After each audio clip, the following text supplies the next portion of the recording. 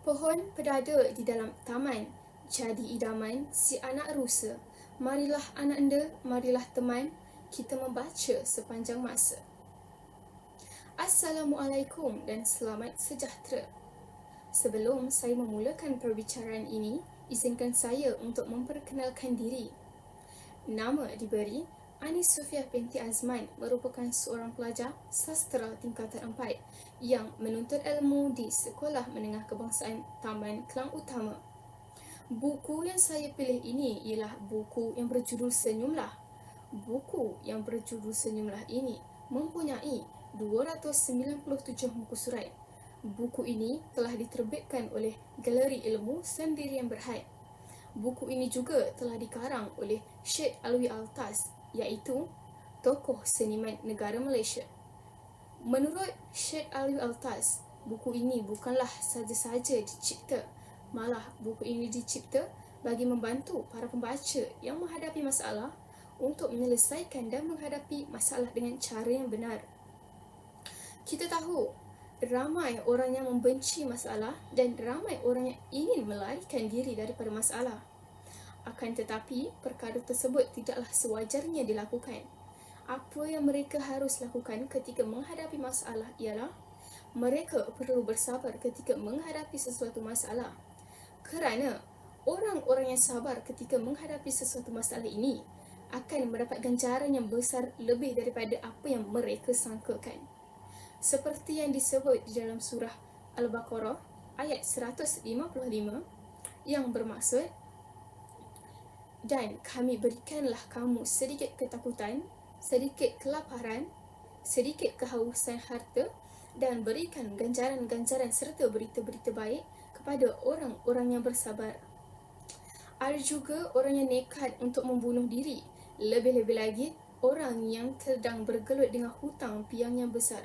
Seperti di waktu pandemik COVID-19 ini, ramai masyarakat yang bergelut dengan hutang piang yang besar.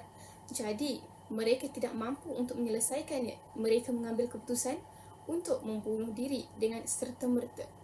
Perkara ini juga amatlah dimurkai oleh Allah, seperti yang disebut di dalam surah An-Nisa ayat 29 yang bermaksud, dan janganlah kamu membunuh diri kerana Allah menyayangi diri kamu.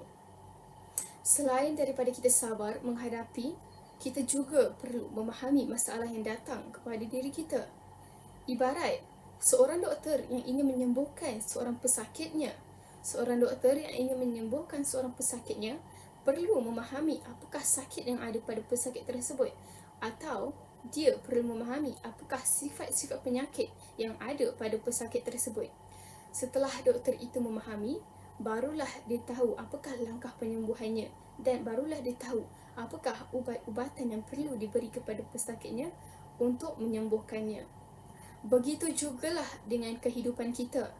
Memahami masalah adalah sebahagian daripada jalan keluar. Menurut Syed Alwi Altas, selain daripada kita memahami, kita juga perlu berfikiran terbuka ketika menghadapi masalah. Kerana jika kita berfikiran terbuka ketika menghadapi masalah, kita akan mengeluarkan idea-idea yang kreatif. Jangan kita berasa takut atau janggal untuk mengeluarkan idea-idea yang nampak kurang bijak.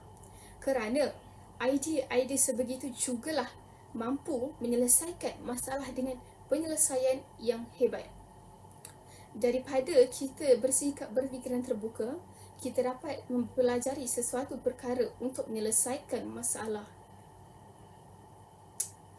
Dan selain daripada kita memahami dan kita berfikiran terbuka, kita juga janganlah memandang sesuatu masalah itu daripada sudut pandangan yang negatif. Kerana jika kita memandang sesuatu masalah itu dari sudut negatif, kita akan menjadi cemas, gelisah, takut untuk menyelesaikan masalah tersebut. Jadi, apa yang harus kita lakukan ketika menghadapi masalah tersebut ialah kita perlu menikmati saat masalah itu datang, kerana itu adalah satu peluang untuk kita meningkatkan daya keupayaan diri ketika menghadapi rintangan. Di saat kita mencari solusi menyelesaikan masalah, di saat itulah proses pendewasaan hidup sedang bermula. Andai kata kita tidak dapat menyelesaikan masalah ini seorang diri, kita boleh meminta pandangan atau meminta bantuan kepada orang yang kita percayai, seperti ibu bapa, rakan-rakan, guru, orang tua ataupun pasangan kita. Dengan meminta bantuan mereka jugalah kita dapat menyelesaikan masalah dengan mudah.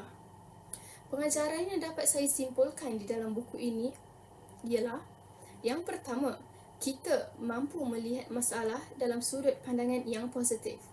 Yang kedua, kita janganlah lari daripada masalah kerana tidak ada satu tempat pun yang tidak mempunyai masalah dalam dunia ini. Yang ketiga, masalah yang datang kepada kita memberi kita erti hidup yang sebenar. Yang keempat, kita mampu memotivasikan diri saat menghadapi rintangan. Harapan saya agar para pembaca buku Senyumlah karya Syed Alwi Altas ini dapat mengubah hidupnya sepenuhnya.